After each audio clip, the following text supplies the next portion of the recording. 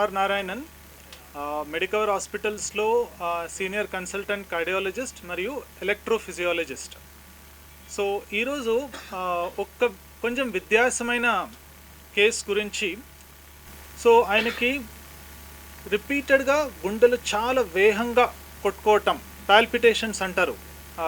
ఇలాంటి ఒక సిమ్టమ్కి చాలా ఒక హార్ట్ రేసింగ్, చాలా ఫాస్ట్గా కొట్టుకున్నట్టు ఒక ఫీలింగ్. అప్పుడప్పుడు దాంతోపాటు ఒక అన్ఈజీ ఫీల్ అవటం, గిడ్డినెస్ లాగా ఫీల్ అవటం, కొంచెం కళ్ళు తిరిగినట్టు ఫీల్ అవటం, ఇలాంటి ప్రాబ్లమ్స్తో మన దగ్గర పోయే సంవత్సరం వచ్చారు. సో ఆల్రెడీ ఆయనకి ముందు ఒక బయట హాస్పిటల్లో టెస్టింగ్ జరిగి గుండెలో ఒక లయ తప్పటం, రిథమ్ డిస్టర్బెన్స్ అనే ఒక డయాగ్నోసిస్ వచ్చింది. దానికి ఆల్రెడీ ఒక ట్రీట్మెంట్, ఒక ప్రొసీజర్ జరిగింది. దానికి మనము క్యాథెటర్ అబ్లేషన్ అని అంటాము సైంటిఫిక్ టర్మ్స్లో. సో దానిలో ఏం చేస్తారంటే కాల్లో వెయిన్ నుంచి హార్ట్ లోపల మనము వైర్ వేసి గుండె లోపల ఎక్కడ రిథమ్ డిస్టర్బెన్స్ ఉంటుంది అని మనం ఐడెంటిఫై చేసి ఆ అబ్నార్మల్ స్పాట్ని బ్లాక్ చేయటం, ఈ ప్రాసెస్ని క్యాథెటర్ అబ్లేషన్ అంటారు. సో ఇలాంటి ఒక ట్రీట్మెంట్ ఆల్రెడీ అబ్బాయికి బయట ఒక హాస్పిటల్లో జరిగింది. కానీ మరి అది జరిగే తర్వాత కూడా అప్పుడప్పుడు ఆయన నాకు మరి అలాంటి అనిపిస్తుంది, గుండె చాలా వేగంగా కొట్టుకుంటుంది, చాలా అన్ఈజీగా ఫీల్ అవుతుందని. దీనివల్ల ఏమవుతుంది, ఇలాంటి సిమ్టమ్స్ వస్తే మనకు కాన్ఫిడెన్స్ పోతుంది. ఎప్పుడు ఇది వస్తుంది సడన్గా, మన నార్మల్ యాక్టివిటీస్లో కాన్సన్ట్రేట్ చేయటం అన్ని కష్టంగా అయిపోతుంది. ఎందుకంటే ఎప్పుడు ఒక భయం ఉంటుంది, ఎప్పుడు నెక్స్ట్ ఇట్లా వస్తుంది అనేది. సో ఆ కంప్లైంట్స్తో మన దగ్గర వచ్చేటప్పుడు ఫస్ట్ అందరికీ ఒక డౌట్ ఉంటుంది, జస్ట్ ఏమైనా టెన్షన్తో అలా ఫీల్ అవుతున్నాడా, జస్ట్ యాంగ్షియస్గా ఉన్నాడా అబ్బాయి, ఓకే, అట్లా ఒక డౌట్ ఆల్వేస్ మనకు ఉంటుంది. కానీ మరి ఇంకొకసారి చాలా సివియర్గా వచ్చి ఎమర్జెన్సీ డిపార్ట్మెంట్కి రావాల్సి వచ్చింది. సో అప్పుడు మనము ఈసీ చూసినప్పుడు క్లియర్గా తెలిసింది, ఇది మామూలుగా జస్ట్ టెన్షన్ వల్ల కాదు, ఇది మామూలు రిథమ్ డిస్టర్బెన్స్ కూడా కాదు, ఇది ఒక వ్యత్యాసమైన ఒక రేర్ టైప్ ఆఫ్ కేస్ అని. సో అప్పుడు మనం ఏం నిర్ణయం చేస్తామంటే మరి ఒక ప్రొసీజర్కి మనం తీసుకోవాలి. కానీ ఫస్ట్ టైం ఆల్రెడీ జరిగేది మరీ వచ్చింది, ఏమో ఒక వ్యత్యాసమైన కారణం ఉంటుందని ఈసారి మనం కొంచెం అడ్వాన్స్ టెక్నాలజీ, దీన్ని మనము 3D మ్యాపింగ్, 3 డైమెన్షనల్ మ్యాపింగ్ అంటాము హార్ట్కి, దానిలో మనం తీసుకొని ఈ ప్రొసీజర్ని మనం రిపీట్ చేసాము.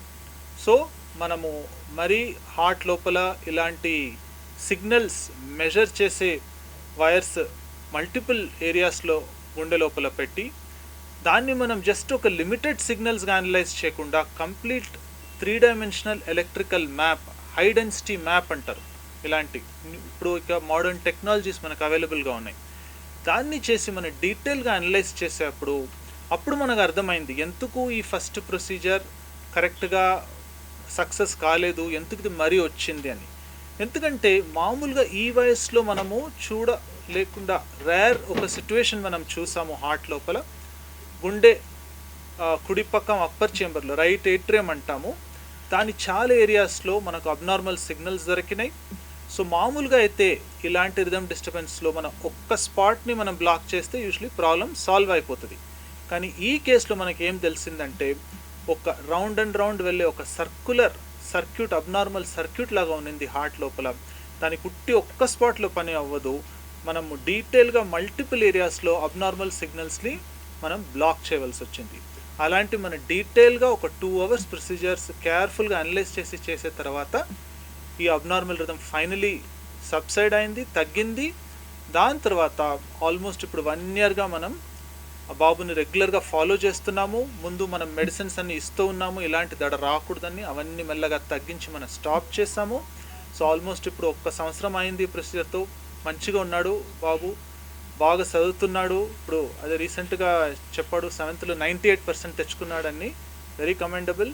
ప్లస్ మన రెగ్యులర్గా ఆడుకోవటం, ఒక 12-13 సంవత్సరాల్లో ఒక బాబు ఏమేమి అన్ని చేయాలో, ఎలాంటి మామూలుగా యాక్టివ్గా ఉండాలో ఏం వరీస్ లేకుండా అవన్నీ చేయగలుగుతున్నాడు. ఇప్పుడు నార్మల్ లైఫ్కి మరి వెళ్ళాడు. సో దీనిలో మనము కొన్ని పబ్లిక్కి మనము అవగాహన ఏం చేయాలంటే, ఎవరికైనా ఇట్లా హార్ట్లో ఫాస్ట్గా వేగంగా దడ వస్తుంది అంటే మనం అనుకుంటాం జస్ట్ టెన్షన్ వల్ల వస్తుంది. ఎస్పెషల్లీ చిన్నపిల్లలు చెప్తే అరే నీకేంటిది జస్ట్ ఏమైనా టెన్షన్ పడుతున్నావా, ఎగ్జామ్ గురించి టెన్షన్ పడుతున్నావా అలాంటి మనం చెప్తాము.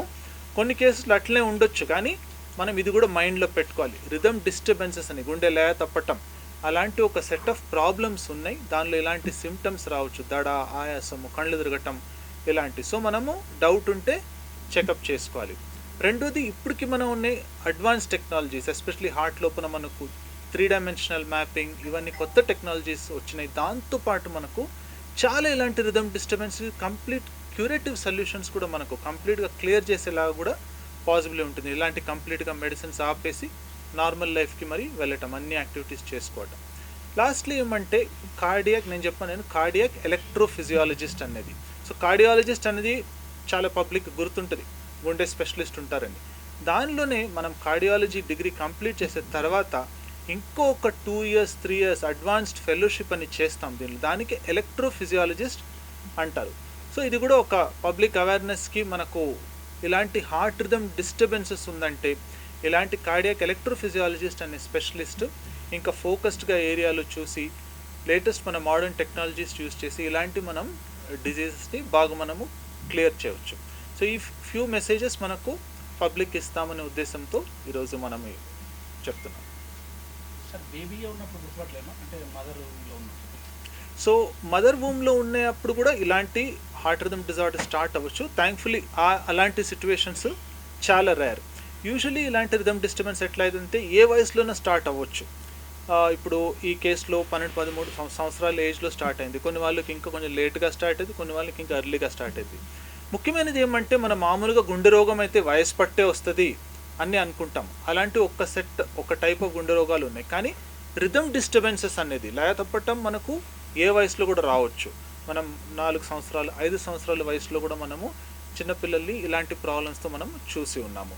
సో మనకు ముఖ్యమైనది ఏమంటే ఏ ఏజ్లో కూడా రావచ్చు, ఆ అవేర్నెస్ మనకు ఉండాలి.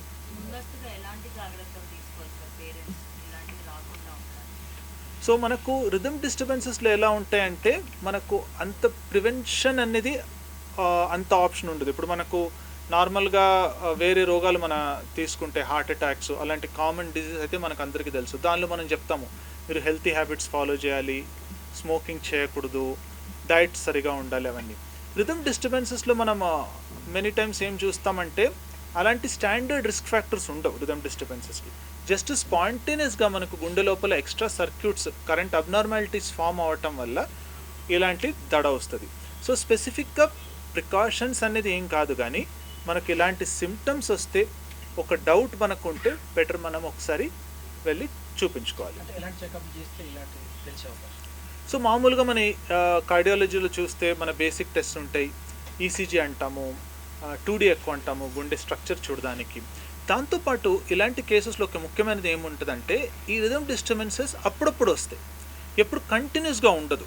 సో ఒక్కొక్కసారి ఒక ఎపిసోడ్ వస్తుంది, ఒక 15-20 నిమిషాలు ఉంటుంది, అప్పుడు చాలా కష్టపడతారు వాళ్ళు, హార్ట్ రేట్ 200-230 అట్లా కూడా వెళ్ళిపోతుంది, మరి సడన్గా స్టాప్ అయిపోద్ది. సో దీనిలో ముఖ్యమైనది ఏమంటే మనము కొంచెం లాంగ్ రిథమ్ మానిటరింగ్ అని చెప్తాము. ఆ టెస్ట్ పేరు హోల్టర్ అంటారు. కామన్గా ఒక ప్యాచ్ లాగా మన ఛాతీలో పెట్టి ఆ ఈసీజీ మనం 2 రోజులు కానీ 3 రోజులు కానీ వారం కానీ 10 రోజులు కానీ మనం కంటిన్యూస్గా రికార్డ్ చేయవచ్చు. అప్పుడు ఏమవుతుందంటే ఆ ఎగ్జాక్ట్ సిమ్టమ్స్ ఎప్పుడు వస్తున్నాయో, ఆ దడ ఎప్పుడు వస్తుందో అప్పుడు మనం ఎగ్జాక్ట్గా పరిస్థితిని మనం క్యాప్చర్ చేయవచ్చు. సో అది ఒక టైప్ ఆఫ్ టెస్ట్ ఇలాంటి సిచ్యువేషన్స్లో అవసరం పడుతుంది. ప్లస్ నేను ఇప్పుడు చెప్పిన ప్రొసీజర్ మనము హార్ట్ వెయిన్స్ రూట్గా హార్ట్ లోపల మనం వైర్స్ వేసి కంప్లీట్గా అన్ని ఎలక్ట్రికల్ సిగ్నల్స్ని మెజర్ చేస్తున్నాము. అది చేసేటప్పుడే మనము కొంచెం టెస్టింగ్ త్రూ ఇలాంటి అబ్నార్మల్ రిథమ్స్ని బయటికి మనం we can induce them in the lab, అంటే బయటికి వచ్చేలాగా మనం కొన్ని టెస్ట్లు చేయవచ్చు. దానికి ఈపీ స్టడీ అంటారు. సో ఇలాంటి కొన్ని డిఫరెంట్ టెస్ట్ ఒక్కొక్కసారి అవసరం పడతాయి ఈ రిథమ్ డిస్టర్బెన్సెస్ని బయట తెప్పించుకోవడానికి. ఎందుకంటే మధ్యలో వస్తుంది, వేరే టైంలో మనం ఈసీజీ తీస్తే నార్మల్గా వస్తుంది. అప్పుడు అది ఒక కన్ఫ్యూజన్ సోర్స్ ఉంటుంది ఈ కేసెస్లో. సో రిథమ్ డిస్టర్బెన్స్లో చాలా టైప్స్ ఉన్నాయి మనకు. సో దానిలో మనం చిన్నపిల్లలకు వచ్చేది చూస్తే మనకు మెజారిటీ ఆఫ్ ద కేసెస్లో యూజువలీ లైఫ్ థ్రెటనింగ్ ఉండదు, కానీ మనకు చాలా డిస్కంఫర్ట్ చాలా క్రియేట్ చేయవచ్చు. మనకు అంత స్పీడ్గా హార్ట్ కొట్టుకునేప్పుడు చాలా నీరసం అయిపోవటము, అన్ఈజీ అయిపోవటం, ఒక్కొక్కసారి చాలా డిజినెస్ రావటం, ఇలాంటి రిపీటెడ్గా వస్తూ ఉంటే ఎస్పెషలీ చిన్నపిల్లలకి వాళ్ళు యాక్టివ్ లైఫ్ ఎట్లా లీడ్ చేస్తారు, చాలా కష్టమైపోతుంది, చాలా నార్మల్ లైఫ్కి చాలా బాధగా అయిపోతుంది. సో అలాంటి కేసెస్లో ఈవెన్ లైఫ్ థ్రెటనింగ్ లేకుంటే కూడా మనము డెఫినెట్లీ దానికి ట్రీట్మెంట్ అయితే ఇవ్వాలి. కొన్ని rare cases of types of rhythm disturbances ఉన్నాయి, అది జెనెటిక్ పరంగా యూజువల్లీ జన్యుపరమైన రోగంగా వస్తే అది. సో దానిలో మనకు ఒక్కొక్కసారి రేర్ కేసెస్లో లైఫ్ థ్రెటనింగ్ ఉండొచ్చు. సో అందుకే ఇలాంటి సిమ్టమ్స్ ఉన్నప్పుడు మనం డౌట్ ఉంటే ఎప్పుడు మెడికల్ మనం చెకప్ చేసుకోవాలి. మీరు ఇందాక అన్నట్టు అబ్బాయి డే టు డే లైఫ్లో అన్ని పనులు చేసుకోవాలంటే ఆయనకు సంబంధించిన గేమ్స్ ఆడినప్పుడు మళ్ళీ అది ట్రిగర్ అయ్యే అవకాశం ఏమన్నా ఉంటుందా అబ్బాయికి? ఇప్పటికి ఏమన్నా ఉంటుందా మళ్ళీ? సో ఇప్పటికైతే మనం ప్రొసీజర్ మనం చేసినప్పుడు ఎలాంటి మన సర్క్యూట్ ఐడెంటిఫై చేస్తున్నాము, ఎట్లా మనం బ్లాక్ చేస్తున్నాము, అది చేసేటప్పుడే మనకు ఒక లెవెల్ కాన్ఫిడెన్స్ వచ్చేస్తుంది.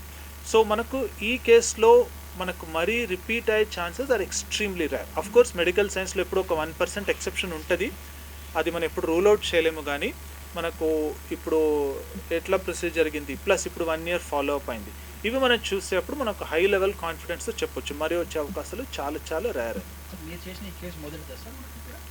సో ఇప్పుడు మనకు ఇలాంటి రిథమ్ డిస్టర్బెన్సెస్ మనము యాజ్ ఎ ఎలక్ట్రోఫిజియాలజిస్ట్ మనం రెగ్యులర్గా చేస్తూ ఉంటాము.